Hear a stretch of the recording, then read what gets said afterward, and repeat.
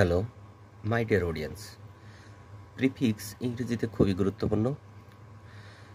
Today তিনটি prefix D, IL এবং IM দিয়ে বেজ ওয়ার্ড থেকে কিভাবে অপোজিট ওয়ার্ডে পরিণত করা যায় সেই বিষয়টি দেখাবো। কন্ট্রোল, নিয়ন্ত্রণ করা, ডি কন্ট্রোল। নিয়ন্ত্রণ তুলে দেওয়া, মেরিট মানে গুণ, ডিমেরিট মানে দোষ। হোয়ার্ড মানে মজুদ করা, ডি হোয়ার্ড মানে মজুদ উদ্ধার করা।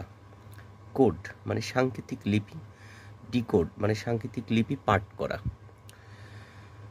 এনট্রেইন ট্রেনে ওঠা, ডিট্রেইন ট্রেন থেকে নামা। তো এন শব্দটি বাদ চলে যে এখানে ডি শব্দটি এন বাদ যে ডি চলে আসবে। এনথ্রোন মানে সিংহাসনে বসানো, ডিথ্রোন মানে সিংহাসন থেকে নামানো।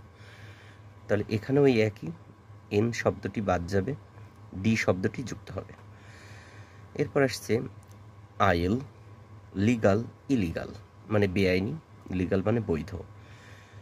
লেজিবল যা সহজে পড়া যায়, ইলিজিবল যা সহজে পড়া যায় না। লজিক্যাল মানে যুক্তিসিদ্ধ, ইলজিক্যাল মানে যুক্তিহীন।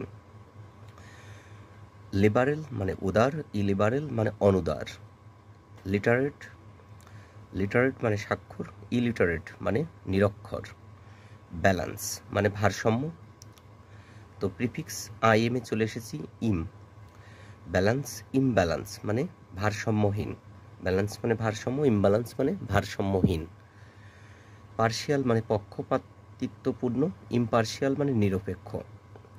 পসিবল মানে সম্ভব, ইম্পসিবল মানে অসম্ভব।